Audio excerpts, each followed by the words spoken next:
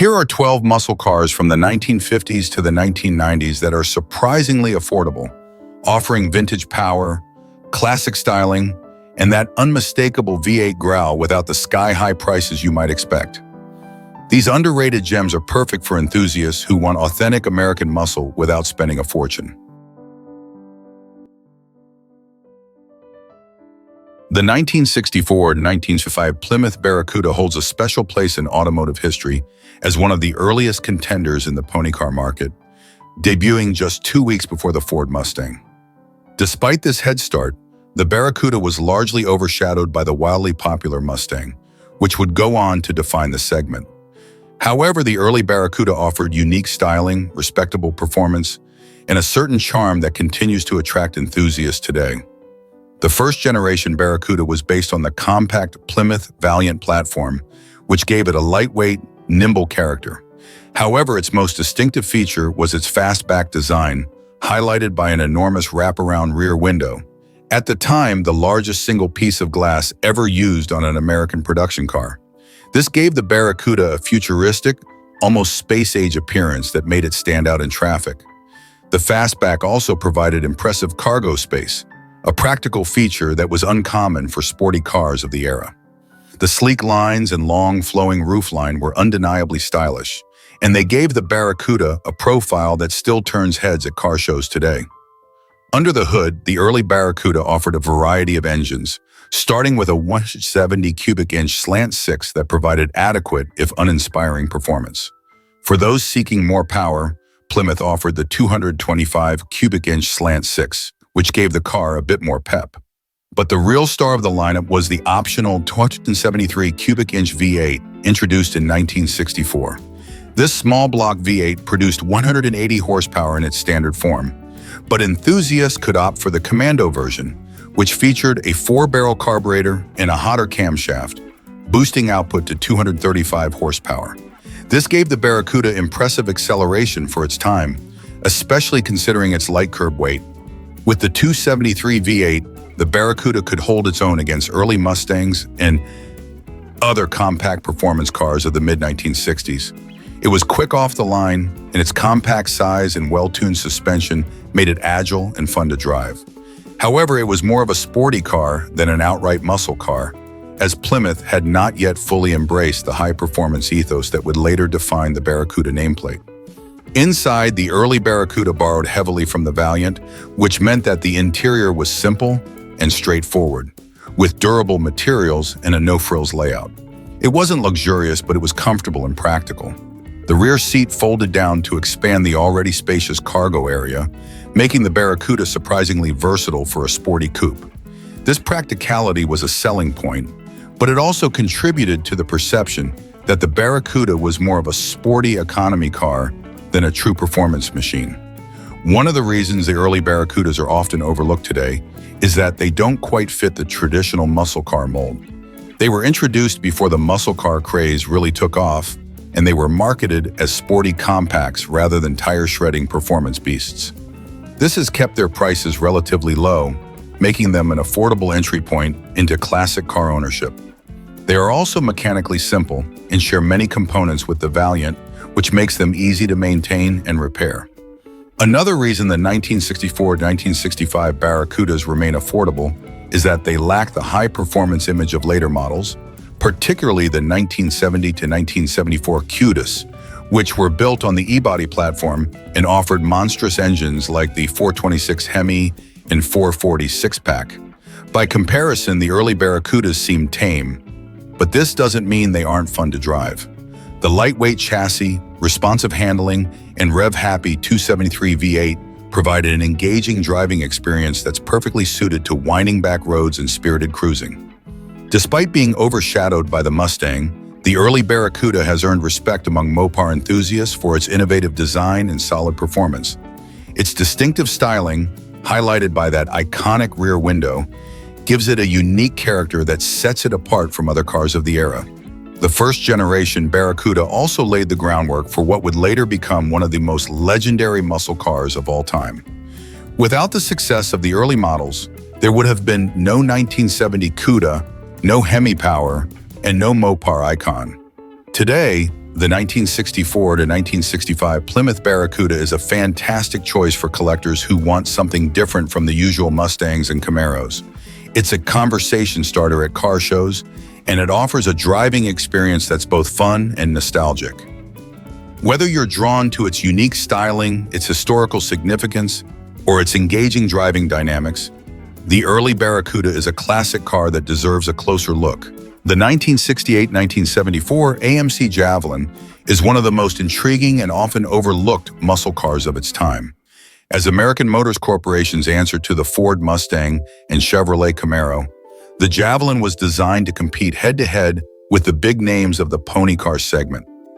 Despite its underdog status, the Javelin offered bold styling, powerful V8 options, and genuine performance credentials that made it a formidable contender on the street and the racetrack. When the Javelin debuted in 1968, it was clear that AMC was serious about challenging the established players. Its design was aggressive and distinctive, featuring a long hood, short deck, and pronounced fender arches that gave it a muscular stance.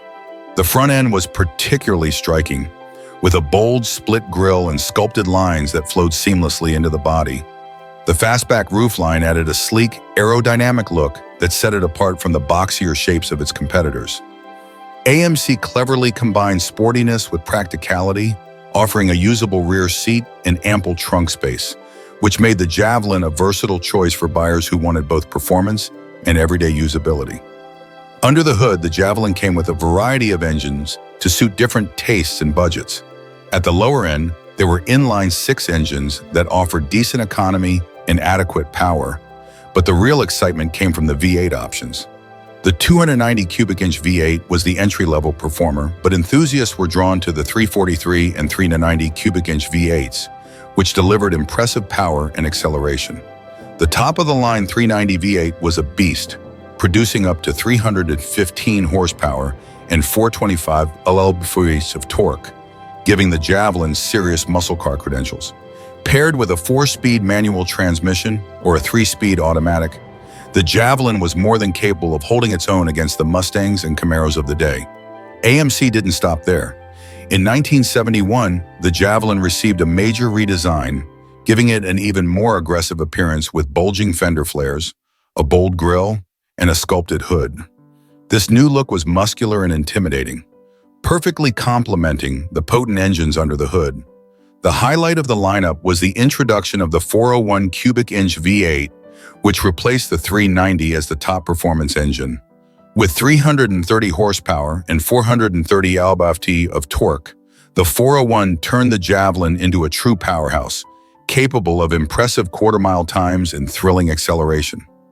This engine was particularly popular in the Javelin AMX, a high-performance variant that emphasized speed and handling.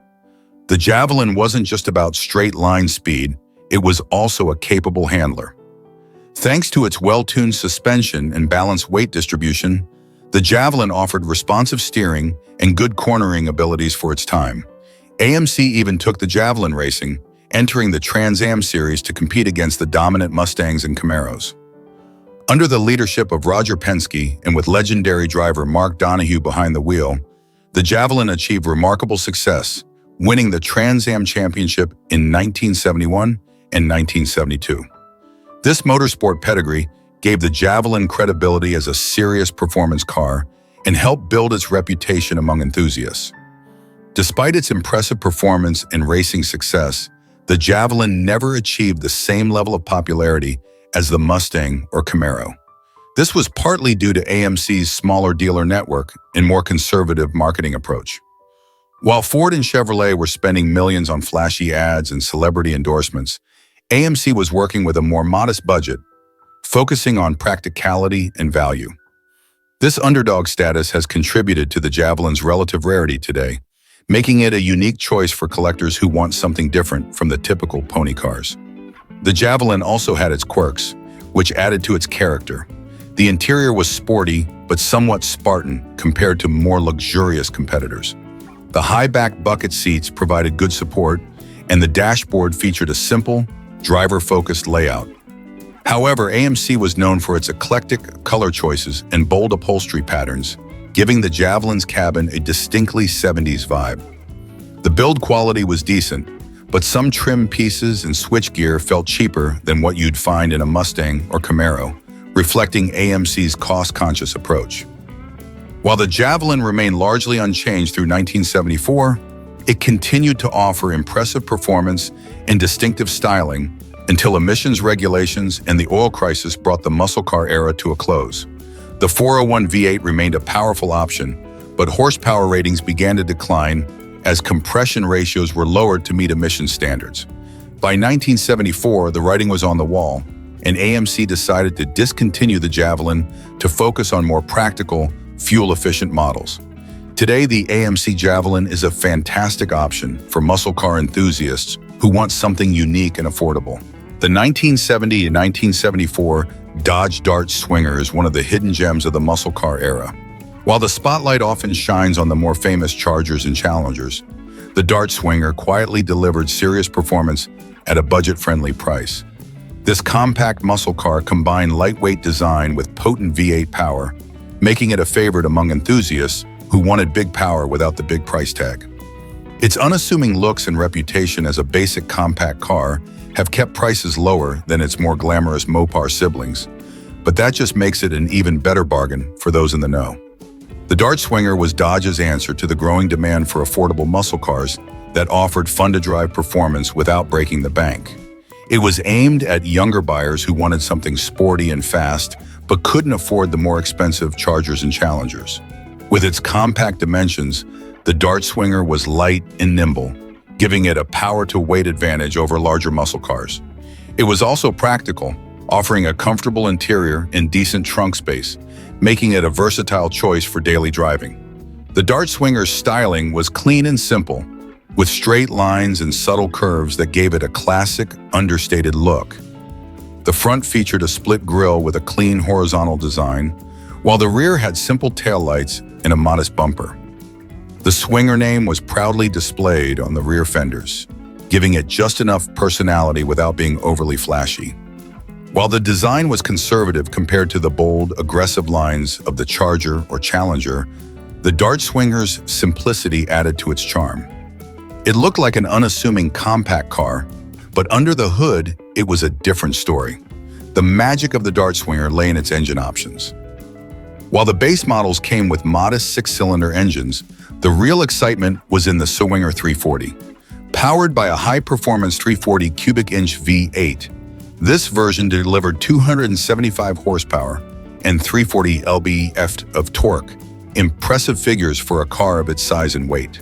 The 340 V8 was a small block powerhouse known for its high-revving nature and excellent throttle response. It featured a 4-barrel carburetor, high-flow heads, and a dual exhaust system, giving it a distinctive, throaty roar that was unmistakably Mopar. Thanks to its lightweight body and powerful 340 V8, the Dart Swinger 340 was quick off the line, capable of 0 to 60 mph in just over 6 seconds. It was also surprisingly agile, with a well-tuned suspension that gave it responsive handling and sharp cornering. The combination of power, lightweight construction, and balanced handling made the Dart Swinger 340 a formidable street machine that could easily keep up with bigger, heavier muscle cars. It was the ultimate sleeper, a compact car that could embarrass much larger, more expensive rivals. The Dart Swinger wasn't just about straight-line speed, it was also a well-rounded performer. Dodge offered a choice of transmissions, including a 3-speed manual, a 4-speed manual with a Hurst shifter, and the reliable TorqueFlite 3-speed automatic. The 4-speed manual was the enthusiast's choice, giving drivers full control over the high-revving 340 V8. The TorqueFlite automatic was smooth and responsive, making the Dart Swinger an excellent choice for both spirited driving and comfortable cruising. One of the best things about the Dart Swingers was its affordability. Dodge kept costs down by using a no-frills interior that was functional and straightforward. It featured comfortable bucket seats, a basic dashboard layout with easy-to-read gauges, and durable materials designed to withstand daily use. The simplicity of the interior also made it lighter, contributing to the car's impressive performance. Despite its budget-oriented approach, the Dart Swinger could be optioned with sporty touches like a center console, wood grain trim, and an AM radio, giving it a bit of flair. The 1970 model year marked the peak of the Dart Swinger's performance, with the 340 V8 delivering maximum power before emissions regulations began to take their toll. In 1971, compression ratios were lowered to meet new emission standards, slightly reducing horsepower. However, the Dart Swinger remained quick and fun to drive, thanks to its lightweight body and well-engineered suspension. The 340 V8 continued to be a strong performer, maintaining its reputation for reliability and durability. The Dart Swinger's affordability and performance potential made it a popular choice among young hot rodders and street racers. It was a favorite at local drag strips and quickly earned a reputation as a giant killer, capable of taking down larger, more powerful muscle cars thanks to its power-to-weight ratio and nimble handling. The 340 V8 was also highly tunable, with a vast aftermarket support that allowed owners to easily upgrade carburetors, exhaust systems, camshafts, and more. The 1973 to 1974 Plymouth Roadrunner is a fascinating chapter in the muscle car story. As the muscle car era began to wind down, with emissions regulations tightening and insurance rates climbing, Plymouth managed to keep the spirit of the Roadrunner alive. These later models may not be as revered as their predecessors from the late 60s and early 70s, but they still packed a punch and maintained the iconic Roadrunner identity that enthusiasts loved. In many ways, they represent the last stand of traditional muscle cars before the industry shifted towards more restrained performance and fuel efficiency. The Roadrunner was introduced in 1968 as a budget-friendly muscle car designed to deliver maximum performance at a minimal cost. It was raw, loud, and fun, a car for young gearheads who wanted to go fast without breaking the bank. By 1973, however, the muscle car landscape had changed. Emissions regulations were tightening, the fuel crisis was on the horizon, and insurance companies were cracking down on high-performance vehicles. Despite these challenges, Plymouth stayed true to the Roadrunner's roots, continuing to offer powerful V8 engines and bold styling. For the 1973 model year, the Roadrunner was restyled to fit the new government regulations requiring 5mm bumpers. This meant the design had to incorporate larger, more robust bumpers that could absorb impacts without damaging the body. The result was a slightly bulkier look compared to previous years, but Plymouth did a good job of integrating the bumpers into the overall design. The car maintained its muscular stance, with wide fenders, a long hood, and a fastback roofline. It was still unmistakably a Roadrunner, complete with bold graphics, colorful paint schemes, and that cheeky beep-beep horn. The 1973 Roadrunner was built on Chrysler's B-body platform, sharing its underpinnings with the Plymouth Satellite. It was a larger, more refined version of the earlier models, with improved handling and a more comfortable ride. Plymouth offered several engine options, catering to a range of buyers from casual drivers to serious performance enthusiasts. The base engine was a 318 cubic inch V8, which was more about economy than speed, but it was reliable and easy to maintain. The real action, however, was in the big block options. The 400 cubic inch V8 was the most popular choice for the 1973 Roadrunner. It was rated at 260 horsepower and 410 lb-ft of torque, giving the car strong acceleration and impressive mid-range power. The 400 was a well-rounded engine, providing a good balance of performance and drivability.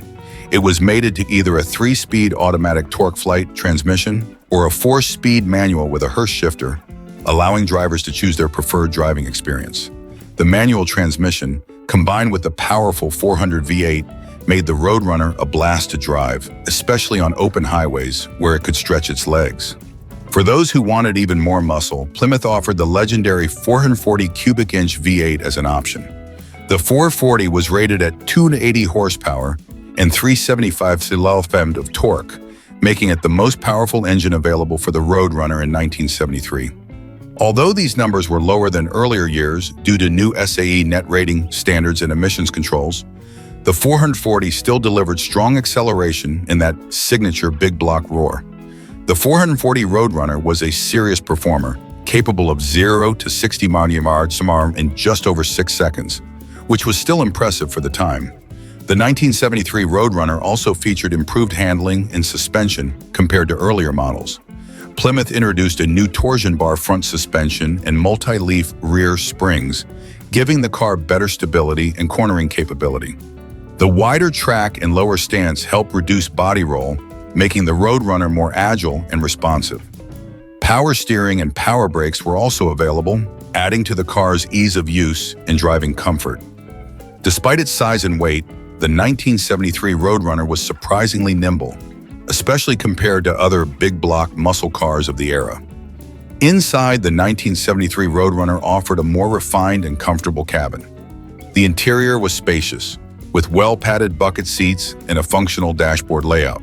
The gauges were easy to read, and the center console housed the shifter for the manual transmission models. Plymouth also offered a range of options, including air conditioning, power windows, and an upgraded sound system, making the Roadrunner a more comfortable and versatile car for daily driving. The interior design was simple but effective, with durable materials that have stood the test of time. In 1974, the Roadrunner received only minor updates, as Plymouth focused on maintaining the formula that had worked the previous year. The biggest change was the addition of new safety features to comply with federal regulations, including a seatbelt interlock system and improved crash protection. The 1977-1979 Pontiac Firebird Formula is a classic example of a muscle car that lived in the shadow of its more famous sibling, the Trans Am. Yet, it offers nearly the same level of performance, aggressive styling, and iconic Pontiac character at a fraction of the price. These years marked a fascinating era for Pontiac, balancing the challenges of new emissions regulations and changing market demands while staying true to the muscle car legacy. The Formula was the understated yet potent alternative to the flashy Trans Am, appealing to those who wanted muscle car performance without all the extra frills. The late 1970s were a challenging time for American muscle cars. Increasing emissions regulations, rising insurance costs, and the aftermath of the fuel crisis led to a decline in horsepower and performance across the board. Yet, Pontiac managed to keep the Firebird lineup exciting, thanks in large part to clever marketing, bold styling, and a commitment to maintaining the driving experience enthusiasts expected. The Formula was the bridge between the base Firebird Esprit and the top-tier Trans Am, offering more power and sporty features while maintaining a cleaner, more subdued appearance. One of the most attractive aspects of the Firebird Formula is its styling. While it shared the same body as the Trans Am, it was less adorned, giving it a more mature, sophisticated look. It featured the same iconic hood with dual scoops, aggressive front end, and sleek fastback profile, but without the flamboyant decals and oversized spoilers of the Trans Am. This minimalist approach has aged well, making the Formula a timeless classic. The clean lines and muscular stance are unmistakable, and the lack of flashy graphics gives it an air of understated confidence. For many enthusiasts, the Formula strikes the perfect balance between sporty and subtle. Under the hood, the 1977-1979 Firebird Formula offered several engine options, catering to a wide range of buyers. The most desirable choice was the 400 cubic inch V8, known as the Pontiac 6.6L V8, which delivered a solid mix of power and torque. In 1907, this engine was rated at 200 horsepower, which may not seem like much by today's standards, but it was impressive for the era, especially considering the emissions constraints. It provided strong acceleration and that unmistakable Pontiac V8 growl, giving the Formula the muscle car persona it deserved. In addition to the 400, Pontiac offered a 403 cubic inch V8 sourced from Oldsmobile. This engine was rated at 185 horsepower, but produced more torque than the 400, making it a great choice for cruising and highway driving. The 403 was available primarily in California and high-altitude regions due to stricter emissions regulations, but it performed admirably, delivering smooth power and reliability. Paired with a 3-speed automatic transmission, the 403-equipped Formula was a comfortable and capable grand tourer, perfect for long road trips with a touch of muscle car flair. For those who preferred a more engaging driving experience, the Formula could be equipped with a 4-speed manual transmission when paired with the 400 V8. This combination was rare but highly sought after, as it provided a more connected and visceral driving experience. The manual gearbox allowed drivers to extract the most performance from the potent V8, making the Formula a legitimate muscle car contender. The power delivery was linear and the acceleration was brisk, especially for the late 70s when most other muscle cars were struggling to maintain their identity. One of the key advantages of the Firebird Formula was its handling. Pontiac engineers paid special attention to the suspension setup, giving the Formula a more balanced and responsive feel compared to many of its competitors. It featured front and rear sway bars, a performance-tuned suspension, and power-assisted steering, providing sharp turn-in and excellent road feel. The Formula's relatively lightweight design combined with its well-sorted chassis made it surprisingly agile for its size. This made it a joy to drive on twisty roads, where it could confidently carve through corners while maintaining a composed and controlled demeanor. Inside, the 1977-1979 Firebird Formula offered a driver-focused cockpit with a sporty yet comfortable layout. The dashboard was designed with the driver in mind, featuring a wraparound design with easy-to-read gauges and logically placed controls. The Formula came standard with bucket seats, a center console, and a floor-mounted shifter, giving it a sporty and purposeful interior. Buyers could also opt for additional creature comforts, including air conditioning, power windows, and a premium sound system, making the Formula a versatile car that was equally suited for spirited driving or relaxed cruising. One of the most appealing aspects of the 1977-1979 Firebird Formula today, the 1982-1992 Chevrolet Camaro Z28, is a prime example of an iconic American muscle car that defined the third generation of Camaros. It was a symbol of the 1980s, with its wedge-shaped design, bold graphics, and an unmistakable presence on the road. The Z28 was more than just a pretty face. It combined sleek styling with respectable performance and advanced technology for its time. Today, it remains a popular choice among enthusiasts for its retro charm, fun driving experience, and affordability, making it one of the best ways to get into the muscle car scene without breaking the bank. The third-generation Camaro marked a significant shift in design philosophy for Chevrolet. It was the first Camaro built on a unibody platform, which significantly reduced weight and improved handling. This new approach allowed the Z28 to be more agile and responsive, setting it apart from its predecessors, which were known more for straight-line speed than cornering ability. The aerodynamic, wedge-shaped profile not only looked futuristic, but also contributed to better stability at high speeds. The sloped nose, flush headlights, and integrated spoiler gave the Z28 a sleek and aggressive appearance, perfectly suited for the 80s. Under the hood, the Camaro Z28 offered a variety of engine options throughout its production run, with the most desirable being the tuned port injection, TPI V8s. In the early years, the Z28 came with the 5.0L 305 cubic inch V8, which delivered decent performance but was limited by emissions regulations. Chevrolet quickly realized the need for more power and introduced the 5.7L 350 cubic inch was TPI V8 in 1987. This engine produced up to 245 horsepower, making it one of the most potent power plants of its era. The TPI system was advanced for its time, using electronic fuel injection to provide smooth power delivery and improve fuel efficiency. One of the standout features of the third-gen Z28 was its handling. Chevrolet engineers put significant effort into refining the suspension, making it one of the best-handling muscle cars of its time. The Z28 came equipped with performance-tuned shocks, struts, and sway bars, giving it sharp turn-in and excellent stability through corners. The unibody construction provided a solid and rigid platform, reducing body roll and enhancing driver confidence. This was a significant departure from the previous generations, which prioritized straight-line speed over handling dynamics. As a result, the Z28 quickly gained a reputation for being a well-balanced and fun-to-drive car. The Z28 was also a pioneer in automotive technology. It was one of the first American muscle cars to feature electronic fuel injection, as well as advanced digital gauges and onboard diagnostics. The digital dashboard was futuristic for its time, offering a high-tech vibe that appealed to younger buyers. The Camaro Z28 also introduced optional performance packages like the IROC Z, which took the handling and styling to the next level. Named after the International Race of Champions, The IROC's package included upgraded suspension components, larger wheels and tires, and a more aggressive body kit. It was a hit among enthusiasts and solidified the Z28's reputation as a serious performance car.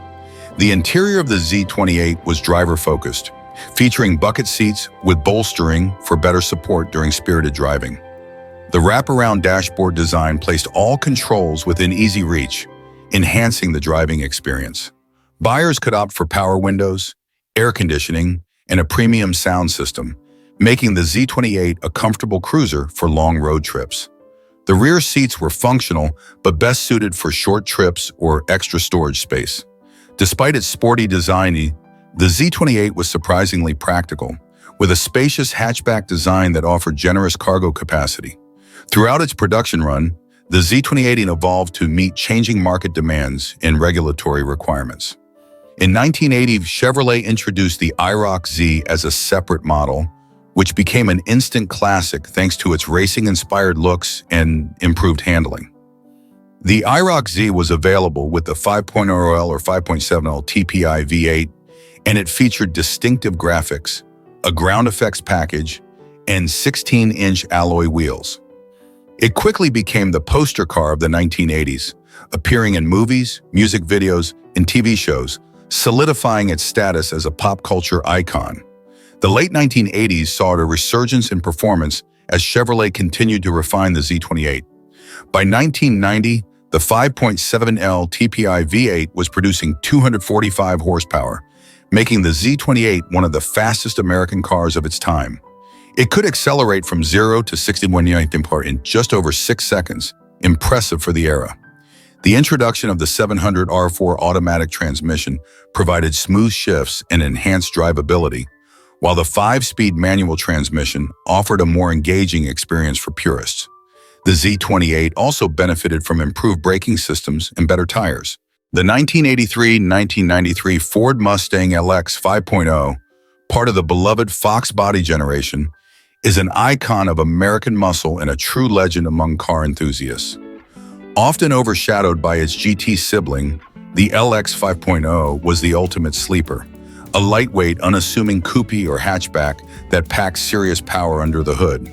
This unassuming appearance, combined with the potent 5.0L V8, made the LX 5.0 a favorite among street racers and performance enthusiasts alike. Its simplicity, durability, and unmatched aftermarket support have secured its status as one of the best performance bargains of all time. If you're looking to get into the world of muscle cars or just want a fun, affordable V8-powered ride, the Fox Body Mustang LX 5.0 is a fantastic choice. The Fox Body Mustang, produced from 1979 to 1990, marked a turning point for Ford.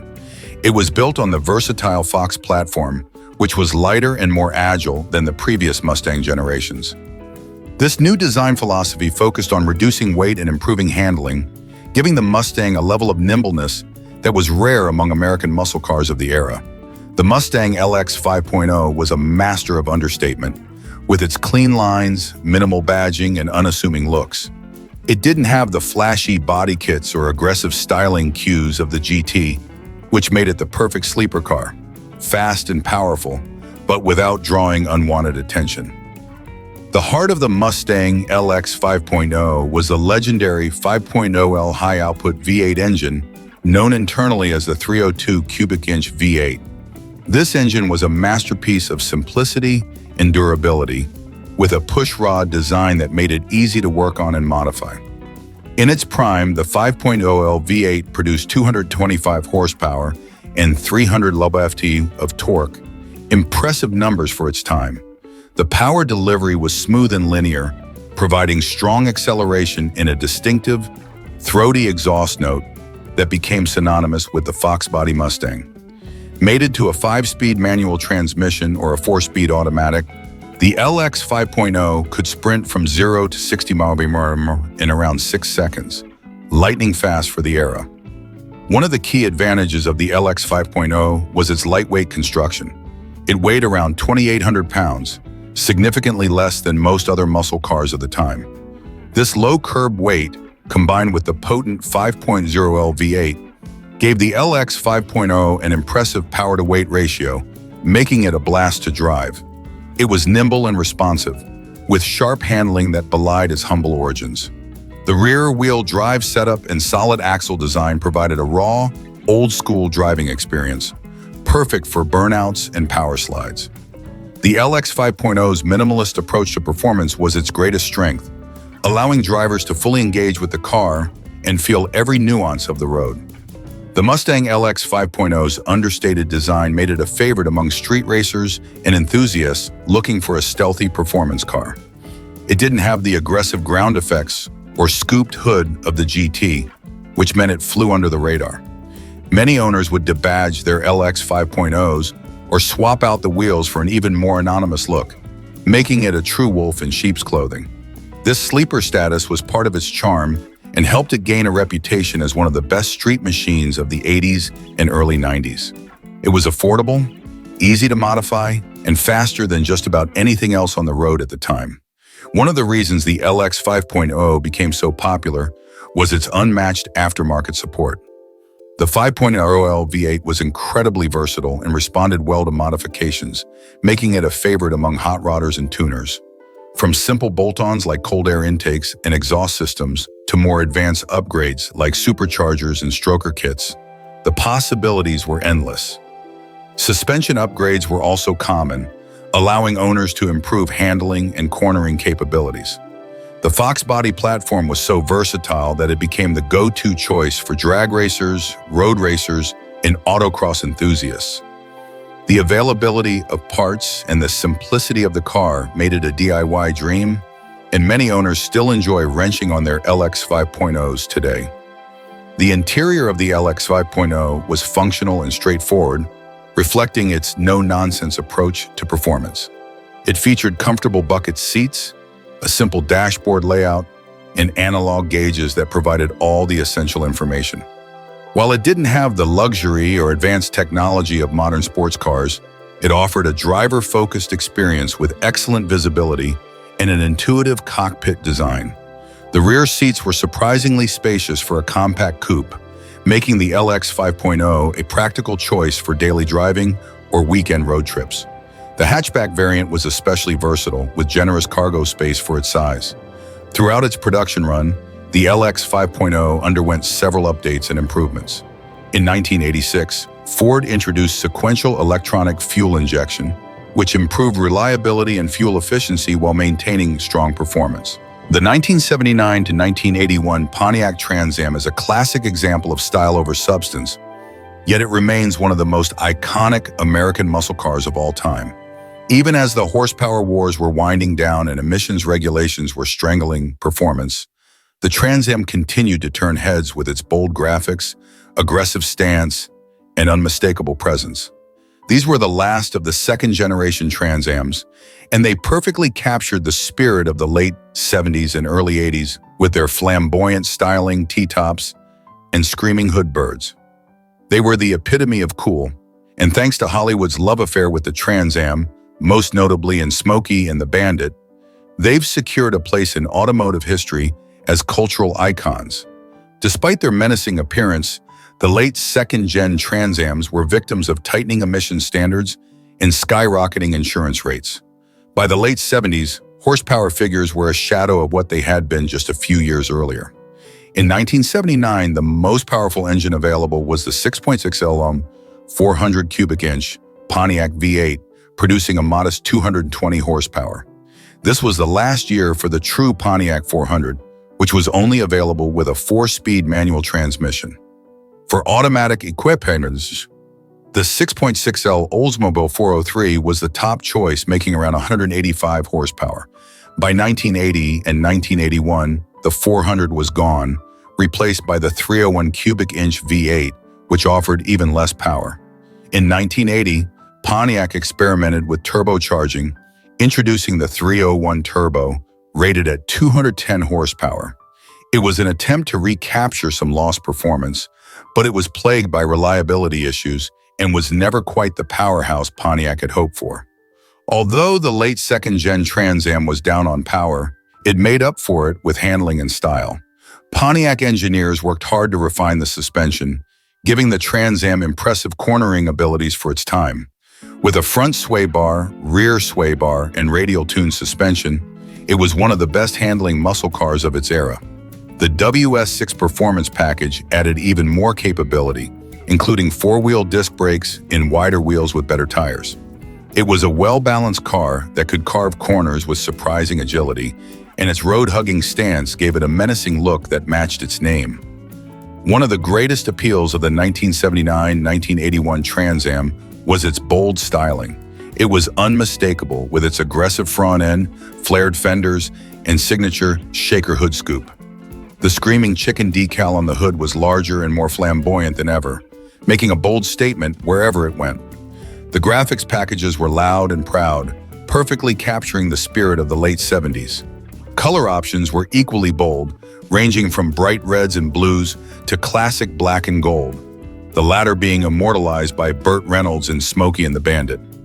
T-tops were a popular option, giving drivers a taste of open-air freedom and adding to the car's cool factor.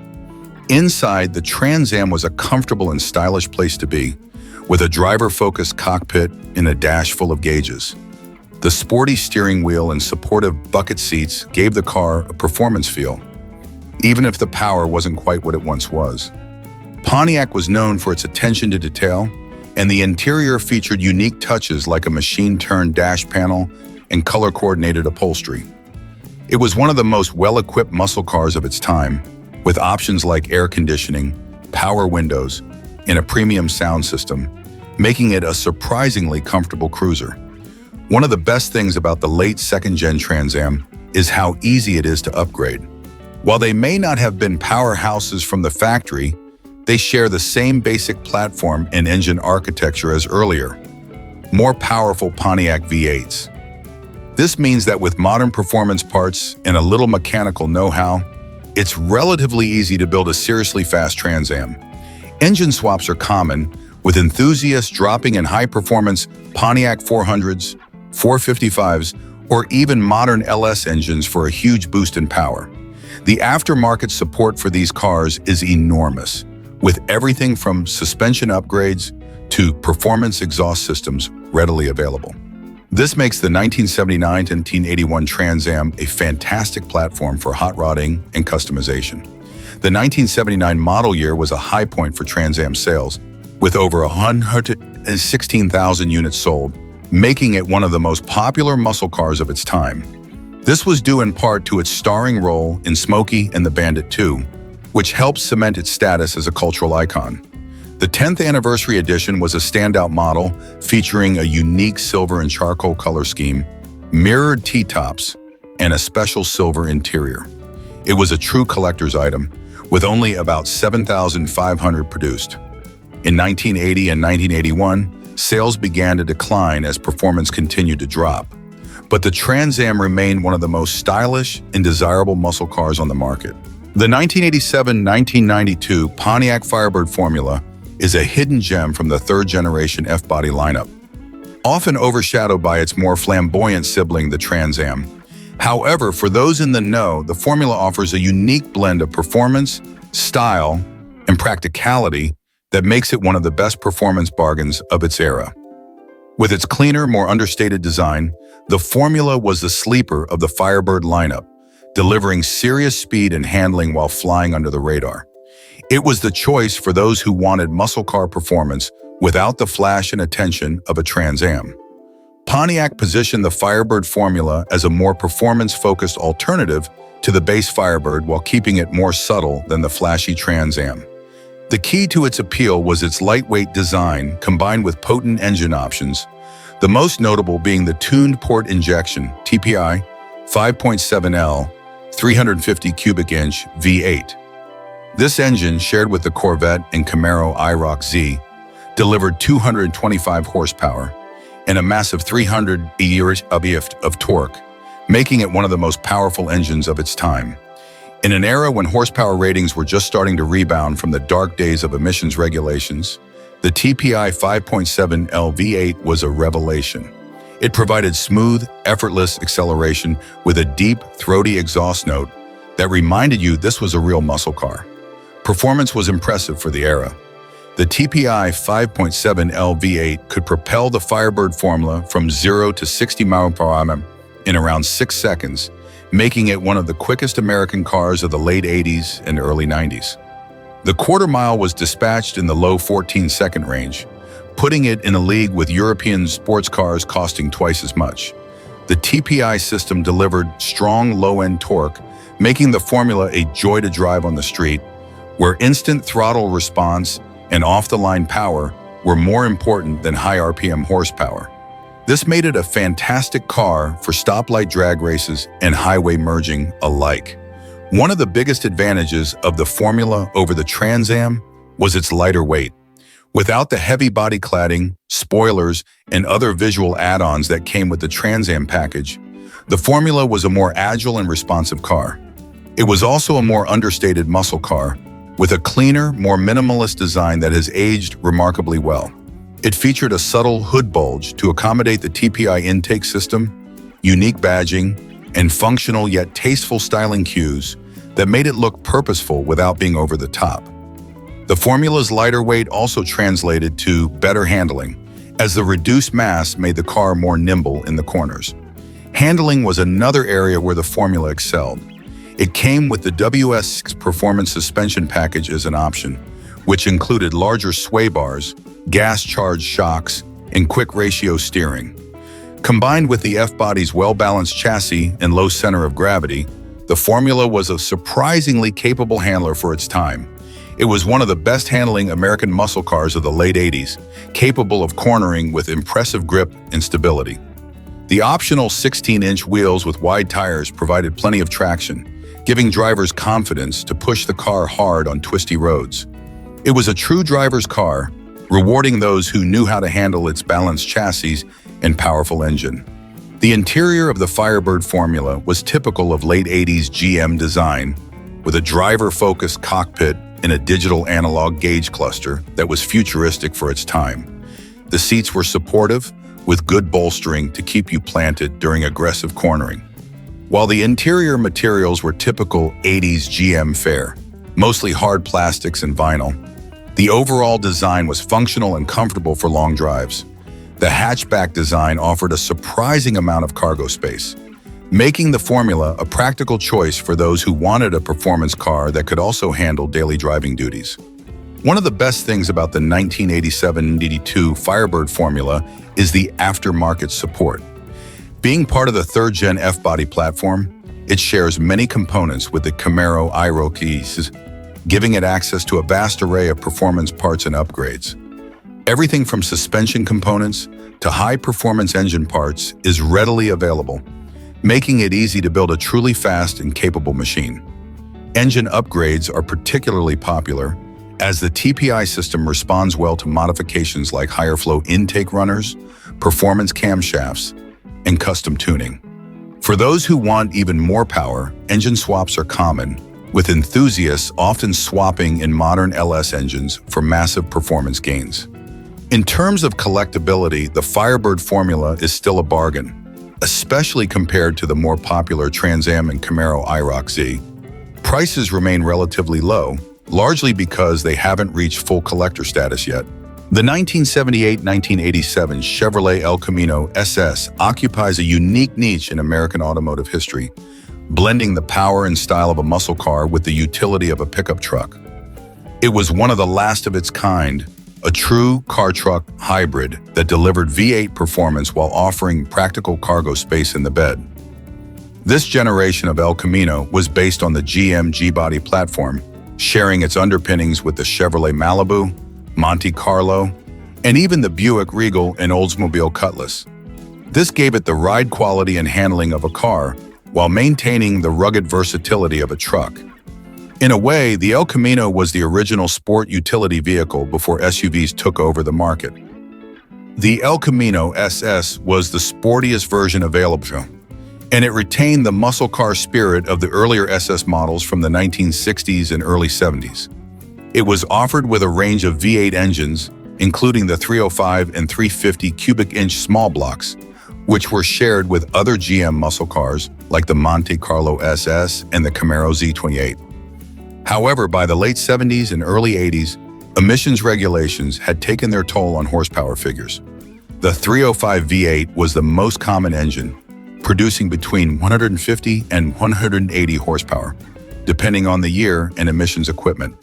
The 350 V8, available in certain years, offered more power and torque, making it the preferred choice for enthusiasts seeking more performance. Despite the lower horsepower ratings compared to the muscle cars of the 60s, the El Camino SS was still a capable performer. Its lightweight G-body platform made it relatively quick off the line, and its rear-wheel drive layout and V8 power made it easy to light up the rear tires. It was a favorite among street racers and hot rodders who appreciated its sleeper appearance. Most people just saw a utility vehicle, not a muscle car. This stealthy look made the El Camino SS a perfect candidate for modifications, and it quickly gained a following among those who wanted a fast, fun, and practical performance vehicle. One of the unique aspects of the El Camino SS was its styling. It combined the aggressive, sporty look of a muscle car front end with the utility of a pickup bed in the back. The SS package added distinctive graphics, body-colored bumpers, sport mirrors, and unique wheels, giving it a more muscular appearance than the standard El Camino. It also featured a cowl induction hood on some models, similar to the Monte Carlo SS, adding to its muscle car appeal. The dual headlight front end, shared with the Malibu and Monte Carlo, gave it a clean, aerodynamic look that has aged well. In 1983, Chevrolet introduced the Choo Choo Customs SS, a factory-authorized conversion that added even more aggressive styling with a redesigned front fascia and other cosmetic enhancements. The interior of the El Camino SS was a blend of car-like comfort and truck-like simplicity. It shared its dashboard and seating with the Malibu and Monte Carlo, offering a comfortable and spacious cabin with enough room for 2 adults. Bucket seats and a center console were available, giving it a sporty feel, while the bench seat was standard for those who needed a more practical layout. The SS package also included unique trim and badging, adding to the performance-oriented atmosphere. Despite its utilitarian appearance, the El Camino SS offered a surprisingly refined ride, thanks to its car-based platform and well-tuned suspension. Handling was another area where the El Camino SS excelled compared to traditional pickup trucks. The G-body platform was known for its balanced chassis and responsive steering, making the El Camino SS feel more like a muscle car than a utility vehicle. It had a low center of gravity and a well-sorted suspension setup, which gave it respectable cornering ability and a comfortable ride. The rear suspension featured coil springs and a solid axle, providing good load-carrying capacity while maintaining a smooth ride. It was one of the best-handling utility vehicles of its time, offering a unique driving experience that combined the agility of a car with the practicality of a truck. Performance enthusiasts quickly discovered that the El Camino SS was an excellent platform for modifications, since it shared its chassis and drivetrain with the Monte Carlo SS and other GMG bodies. A vast array of aftermarket parts were available. Engine swaps were particularly popular, with many owners upgrading to more powerful small block V8s or even big blocks for serious performance. The 350 small block was an easy upgrade, and with the right performance parts, it could easily produce 300+ horsepower. Suspension upgrades, including stiffer springs, sway bars, and better shocks, transformed the handling, making the El Camino SS a surprisingly capable canyon carver. The rear-wheel drive layout and V8 power also made it a popular choice for drag racing, with many modified El Caminos running impressive quarter-mile times. The 1984-1987 Buick Regal T-Type is one of the most underrated muscle cars of the 1980s, often overshadowed by its more famous sibling, the Buick Grand National. However, the T-Type was every bit as fast and thrilling to drive as the Grand National, sharing the same potent 3.8-liter turbocharged V6 engine that made Buick a serious contender on the drag strip. The T-Type was the sleeper version, a stealthy powerhouse wrapped in an elegant, understated body. It was a car that didn't shout about its performance potential, but could embarrass Corvettes, Mustangs, and Camaros of its era with ease. Buick's turbocharged V6 was a marvel of engineering at the time, delivering performance that rivaled or exceeded the big block V8s of the muscle car golden age. The 3.8L Turbo V6 featured a Garrett T3 turbocharger, an intercooler introduced in 1986, and sequential fuel injection, all controlled by a sophisticated, for its time, engine management system. In the 1986 and 1987 models, this setup produced a conservatively rated 245 horsepower and 355 Nm of torque, though real-world numbers were likely closer to 300 horsepower. This made the T-Type one of the fastest American cars of its time, capable of 0-60 mph in around 5.4 seconds and a quarter mile in the low 14-second range, or even quicker with minor modifications. The Buick Regal T-Type was available in several configurations, but it was the WE4 option package that made it truly special. The WE4 package, available only in 1987, essentially turned the T-Type into a stealth Grand National, with all the performance goodies, but without the bold, blacked-out styling. It was lighter than the Grand National due to its aluminum wheels and other weight-saving measures, making it even faster. Only 1,147 WE4s were built, making them rare and highly sought after by collectors today. What set the T-Type apart from the Grand National was its subtle appearance.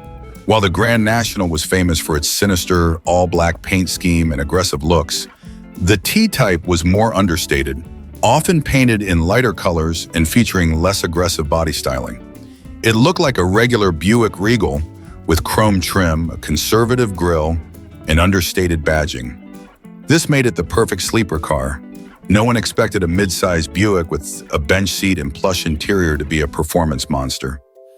In an era dominated by flashy sports cars, the T-Type was refreshingly subtle, blending in with everyday traffic while packing serious power under the hood.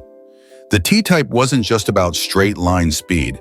It was built on GM's G-Body platform, known for its balanced handling and comfortable ride. Buick tuned the suspension for a more refined, luxurious driving experience compared to other muscle cars of the era. It featured independent front suspension with coil springs and a live rear axle with a 4-link setup, delivering a smooth ride and respectable cornering ability. The T-Type also came standard with power steering and power brakes, making it easy to drive both on the highway and around town. While it wasn't designed for road racing, the T-Type offered a great balance of performance and comfort, making it an excellent grand tourer. Inside, the T-Type was all Buick, comfortable, luxurious, and well-equipped.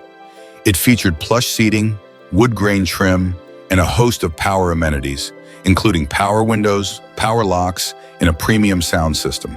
It was a muscle car you could take on long road trips without sacrificing comfort. This was in stark contrast to many other performance cars of the time, which often had stripped-down interiors with stiff, uncomfortable seats. The T-Type was more sophisticated, offering a more refined driving experience without compromising on speed. It was a car that could comfortably accommodate 4 adults while delivering thrilling acceleration at the slightest push of the throttle. One of the T-Type's greatest strengths was its tuning potential. The 3.8L Turbo V6 was a highly robust and tunable engine, capable of producing massive power with the right modifications. Simple upgrades like a larger turbo, upgraded injectors, and a better intercooler could easily push horsepower into the 400s or even 500s, turning the T-Type into a true street terror. The aftermarket support for these cars is massive, with performance parts readily available, making it easy to build a high-horsepower monster. The 204R automatic transmission, shared with the Grand National, was also highly durable and could be upgraded to handle big power. This made the T-Type a favorite among drag racers and street racers alike. The Regal T-Type also enjoyed a successful career on the drag strip and in street racing circles. Its understated appearance made it the perfect sleeper, often catching more flashy sports cars off guard. There are countless stories of T-Type's embarrassing Corvettes, Mustangs, and Camaros at stoplights and drag strips across America. The 1991 to 1992 Chevrolet Camaro Z28, as part of the final years of the third-generation Camaro, is a great example of how muscle cars were evolving during the early 90s. Powered by the 5.7L tuned port injection, TPI V8, it was one of the most powerful and well-rounded versions of the third-gen Camaro, delivering around 245 horsepower and 345 pound-feet of torque. While it may not have had the raw power of some earlier muscle cars, the Z28 was well-balanced, featuring advanced suspension technology and a solid chassis that made it a truly capable performer on both the street and the track. The Z28's 5.7L TPI V8 was part of Chevrolet's effort to combine performance with fuel efficiency during a time when emissions regulations were beginning to take their toll on performance cars. The TPI system, which had been introduced earlier in the 1980s, was a sophisticated fuel injection setup that provided better throttle response and fuel efficiency compared to the previous carbureted engines. Though horsepower was reduced in the later years due to stricter regulations, the 245 horsepower on tap was more than enough to give the Z28 a lively performance. The torque particularly made for a thrilling driving experience, providing plenty of low-end punch for quick acceleration and fun highway cruising. One of the key features of the 1991-92 Z28 was its excellent handling. The third-gen Camaro, especially the Z28, was known for its well-tuned suspension that made it more agile and responsive than some of its competitors. The use of a front strut and rear multi-link suspension setup, along with a balanced chassis, gave the Camaro Z28 a composed and precise driving feel. Whether navigating twisty back roads or taking on an autocross course, the Z28 was more than capable of holding its own, offering a rare blend of straight-line performance and cornering capability for a muscle car. Another highlight of the 1991 to 1992 Camaro Z28 was its styling. While the third-gen Camaro may not be as iconic as its predecessors, it certainly had its own distinctive 80s and early 90s flair. With its sharp lines, aggressive front end, and sleek rear, the Z28 looked fast even when it was parked. The pop-up headlights were a signature feature of the third-gen Camaro, giving it an unmistakable look. Inside, the Z28 was practical, with a driver-focused cockpit that emphasized the performance-oriented nature of the car. Despite its muscle car roots, it was comfortable enough for daily driving, and the cabin had a modern feel for the time, with digital gauges and a decent sound system.